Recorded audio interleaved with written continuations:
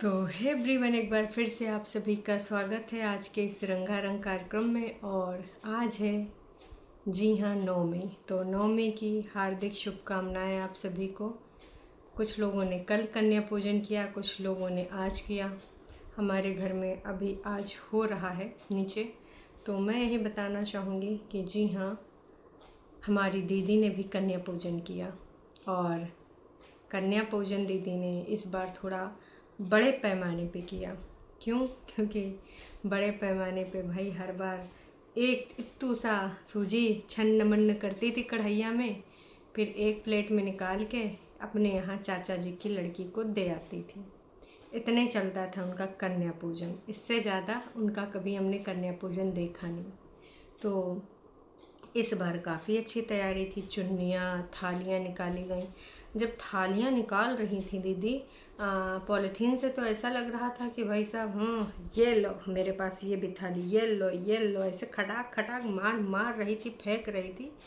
ऐसे लग रहा था कि दीदी को बहुत प्राउड है कि देखो भाई हमारे पास स्टील की थालियों में मैं खिलाने जा रही हूँ। तो भाई ये चीज़ देख के मुझे बहुत अजीब लगा। कैमरा दीदी लगाई हुई थी, वो खटाक खटाक ऐसे थालियाँ फेंक रही थी जब तक कैमरा का लेवल इतना नहीं आ गया। तो उधर बग्गा बग्गी ने भी काफ़ी कुछ चीज़ें दिखाई।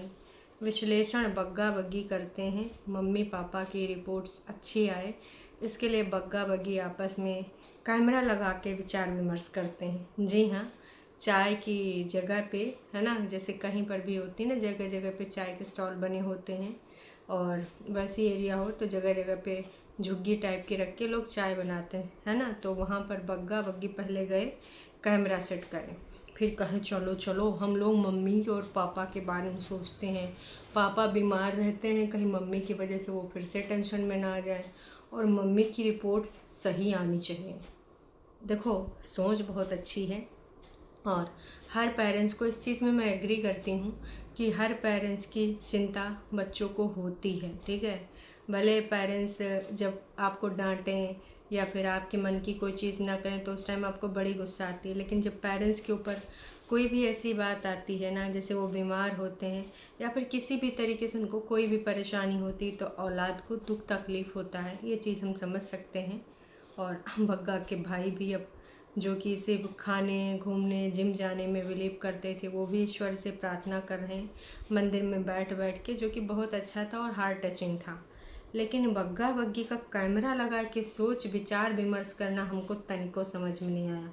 एक बार बग्गी विश्लेषण करती कि हम दोनों की बात हो रही थी कि भाई कैसे क्या होगा, और बग्गी के जो पापा हैं वो भी, बग्गी ने भी कहा कि भाई देखो हमारे घर में समझदारों के श्रेणी में पापा के बाद यही आते हैं, घर के बड़े बुजुर्ग, है ना, पापा हैं, उसके बाद बग्गा है।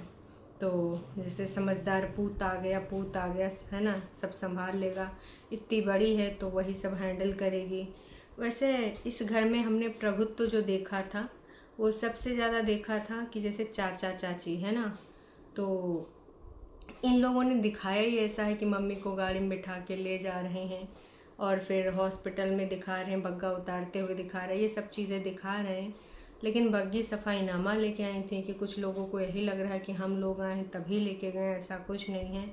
और जो ऐसी बातें करते हैं उससे मुझे कम मेरी माँ को ज़्यादा हर्ट हो रहा है। ये सारी बातें आपने बोली थी, अगर ये आपको याद हो तो बात तो सही है ना। ये सारी चीज़ें अगर आप कैमरा क्लिक कर रहे हैं तो दिख रही हैं, और आपको फिर इस तरीके से एटीट्यूड नहीं दिखाना चाहिए। मम्मी जी को बुरा क्यों लगा, ये एक चीज़ बताओ। मम्मी जी को देखो, तुम लोग जानबूझ के मम्मी को कंटेंट बनाते हो। अगर तुम कंटेंट उनको ना बनाओ तो मम्मी जी को कोई डिस्कस ही नहीं करेगा। जानबूझ के उनको इस प्रकार से दिखाना, शो ऑफ करना कहीं ना कहीं दर्शाता है ना। तो मम्मी को भी लोग अपने उस कंटेंट में तुम लोग लेते हो, और यहाँ पर जो डिस्कशन होता है या फिर किसी भी लाइव चैनल पे होता है या फिर वीडियो में होता है, तो मम्मी उसका पार्ट बनेंगी। अब जैसे कि बड़ी दीदी की मम्मी है ना, वो जानबूझ के ऐसा कुछ जहरीला बोलती हैं, हालांकि उनका कोई चैनल नहीं है, लेकिन अपने बच्चों के चैनल में आके कटाक्ष बोल के जाती हैं। तो जानबूझ के ऐसी हरकतें करने वाली मम्मी जी, है ना, समय समय पे उनको भी लोग धर देते हैं। अभी तक सुविधा अनुसार वो गायब थी कि मम्मी अब नहीं आएंगी, मम्मी होती नहीं वीडियोज़ में, किसी का उनका कोई चैनल नहीं, फिर भी लोग उनको गरियाते हैं। तो यही सारी चीज़ें होते हुए सुविधानुसार बड़ी दीदी के पास गई थी तो उनको गायब कर दिया गया था। लेकिन मरता का न करता, अब छोटी दीदी के पास देखो भाभी भी नहीं है, अब अकेले वो का ही वीडियो बनाए। तो फिर मम्मी जी पूड़ी पकवान बनाते दिखी, बीच में सहयोग करते दिखी, किसी दिन सिलाई मशीन चलाती हैं, किसी दिन मुँह चलाती हैं, और किसी दिन देखो पूड़ी पकवान में भी सहयोग करती हैं। तो मम्मी वीडियो में भी आने लगी। वही सारी चीज़ें सुविधा अनुसार करते हैं, कभी भी अपनी बातों पे अडिग नहीं रहते।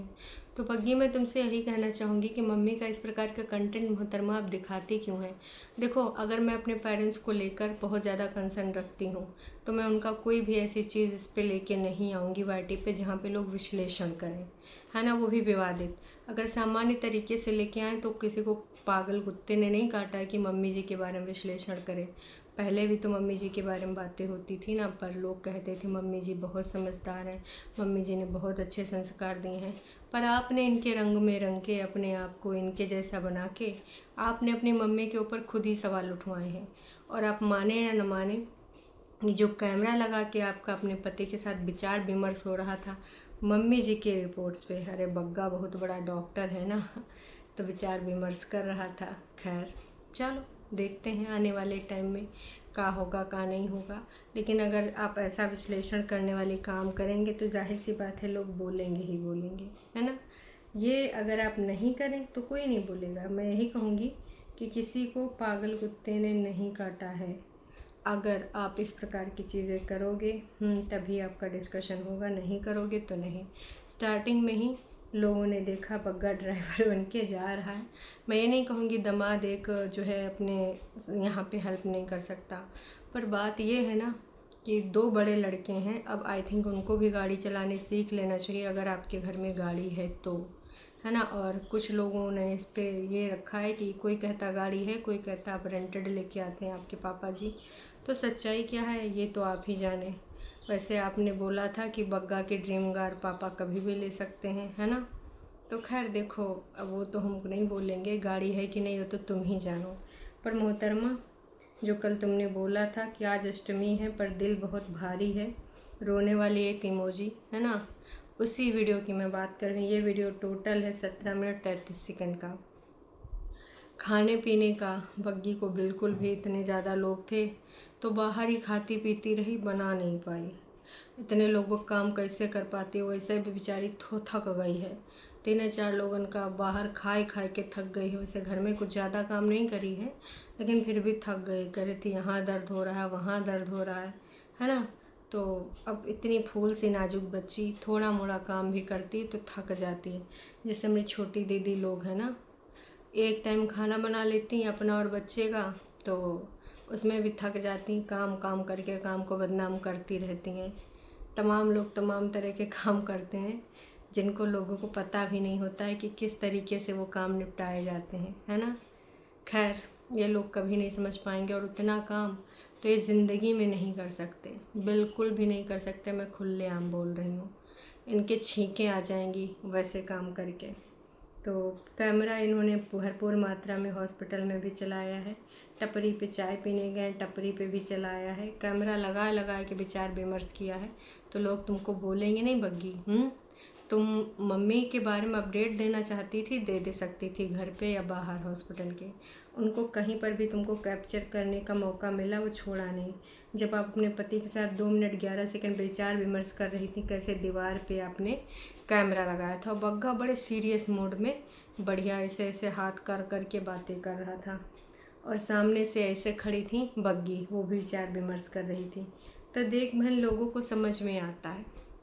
और अभी तक तुम्हारा ये पति गया नहीं, यहीं पे बैठा हुआ है। वैसे इसका खाना पानी का भी खर्चा पापा जी ही कर रहे होंगे, क्योंकि हम इस कंजूस से यही उम्मीद करते हैं। हम इसको खरीदते वरीदते नहीं देख सकते, है ना। कभी कुछ ये कभी कुछ कर नहीं सकता, ये हम सब जानते हैं। तो पूजा पाठ भी थोड़ा मोड़ा बग्गी ने करा, मम्मी जी को आराम देना बग्गी जी, हालांकि मम्मी जी उठी थी लेकिन बग्गी ने वहाँ कहा नहीं तुसी जाओ, तुसी ये चिंता मत करो, चाय काली बने या पीली बने मैं सब देख लूँगी। चलो कम से कम यही चीज़ अच्छी करी। और ज़्यादातर उसने बस विश्लेषण ही दिया कैमरा लगा लगा के, है ना। छोले वोले बनाए, थोड़े सा बाकी चीज़ें भी दिखाई, मम्मी जी को भी थोड़ा मोड़ा दिखाया। तो ये सारी चीज़ें थी। लोगों ने भी देखो यहाँ पर अपनी अपनी राय रखी है कि आप अपने साथ में जो ये भी हैं जो अब जाएंगे तो अपने जो है डैड और मम्मी को भी ले जाएं, वहाँ फ्रेश एयर है तो वो जल्दी ठीक हो जाएंगे। वैसे भी आपके घर में आपकी जो बहनें हैं वो मम्मी को साथ रखने में बिलीव करती हैं, मतलब नंदे। तो वहाँ फ्रेश एयर पहाड़ों में ले जाएं, जल्दी ठीक हो जाएंगे। मैं यही कहूँगी कि आंटी जी की हेल्थ बिल्कुल ठीक होनी चाहिए, क्योंकि भाई जाहिर सी बात है अगर घर के मुखिया की हालत थोड़ा ख़राब हो जाती है तो पूरा घर डामाडोल हो जाता है। और आंटी जी वैसे दिल की बहुत अच्छी हैं, उनका दिखता भी है ना, लेकिन अपनी बिटिया दामाद के चक्कर में ट्रोल हो रहे हैं, क्योंकि ये लोग कंटेंट के भूखे कहीं पर भी जाते हैं, कौनों मौका नहीं छोड़ते हैं। बताओ, बीमारी हारी के भी ऑप्शन दे रही थी कि ये हो सकता है, वो हो सकता है, यूटीआई हो सकता है, ये इन्फेक्शन हो सकता है। ये सारी चीज़ें यहाँ पर बोलने का कोई मतलब नहीं बनता था, कोई तात्पर्य नहीं था जब तक आपको पता नहीं। उनकी रिपोर्ट्स पॉजिटिव आए इसलिए चाचा चाची और बाकी के लोग सब लोग प्रार्थना कर रहे हैं अपने अपने तरीके से।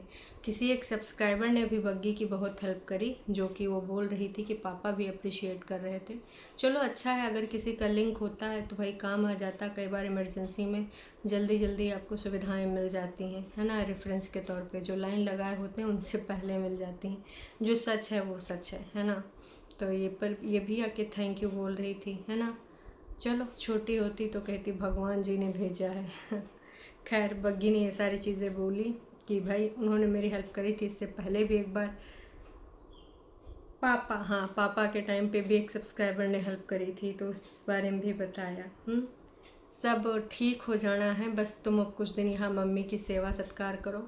और इतने बड़े घर का काम तुम्हारी मम्मी इस एज में, अभी उनकी कोई खास एज नहीं है लेकिन उनको दर्द नहीं है। लेकिन अभी तुम 25-26 साल की लड़की, ज़रा से हिल डुल लेती हो, खाना बहरे बन रहा है तो मैडम थोड़ी शिकायतें कम करो, थोड़ा हिल डुल लो, काम काज कर लो। हाँ, हरदम बीमारी का रोना ना रोया करो, ये दर्द वो दर्द। हमारे समझ में नहीं आ रहा भैया कि इनके अभी से इतने दर्द हैं तो आगे चल के और कितने दर्द होंगे। दर्द इन पे भारी पड़ रहा है या ये दर्द पे भारी पड़ रही है। तो अब जो भी है आंटी जी की समस्या, मैं तो यही कहूँगी कि आंटी जी जल्द से जल्द ठीक हो जाएं। उधर हमारी छोटी दीदी ने पूरा इंतज़ाम जो करा था मम्मी जी के सौजन्य से, मार बढ़िया चलाए एक चमचा जो उन्होंने सूजी को जार भूज के हलवा बनाया है कि सबसे ज़रूरी होता है का। अब मैं घी डालूँगी, घी हमारे यहाँ ऐसे ही बनता। हाँ बहन, हमारे यहाँ तो पानी में डाल के बनता है। इससे पहले हमने देखा डालडा तुम्हारे यहाँ हलवा बना है। और भी कल परसों भी तुम मम्मी जी से बात कर रही थी ना, तब वहीं कह रही थी मम्मी हम घी ले आए हैं, है ना, हम डालडा। मैंने तो मम्मी कहीं पूड़ी तो डालडा में बनाएंगी हैं। तो ये सारी चीज़ें देखो बहन, हम सबको पता है, यहाँ पर हम लोगों का उल्लू न बनाया करो। और दीदी कह रही थी मेरी कोई हेल्प करने के लिए हरदम तैयार रहता है, तत्पर रहता है।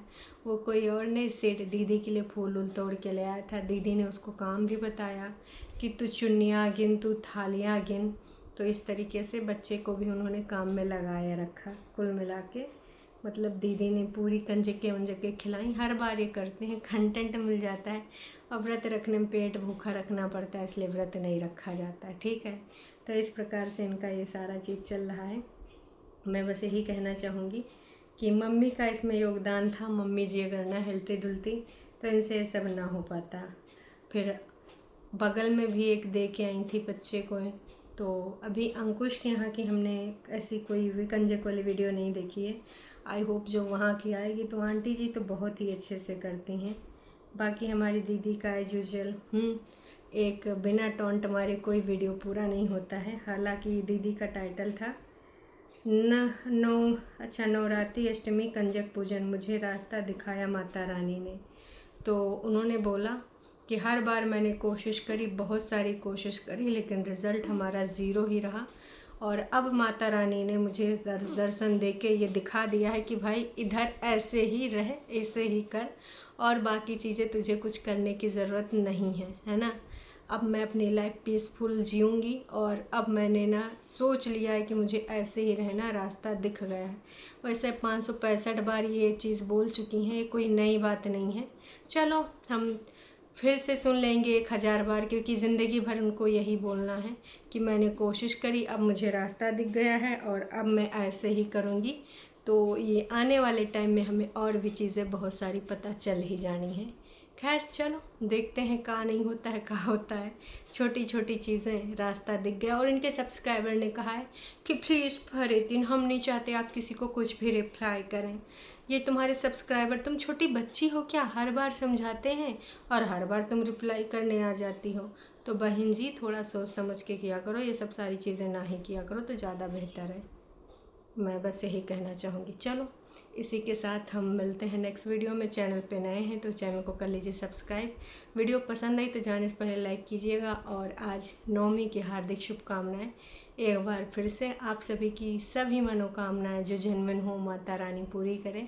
आपके जीवन में सुख शांति बनी रहे। हमारी दीदी ने भी सबके लिए सद्बुद्धि मांगी है। दीदी कभी अपने लिए भी मांग लिया करो, हम सबको ज़रूरत होती है सद्बुद्धि की, सिर्फ कुछ ही लोगों का नहीं। चलो जी, टाटा बाय बाय।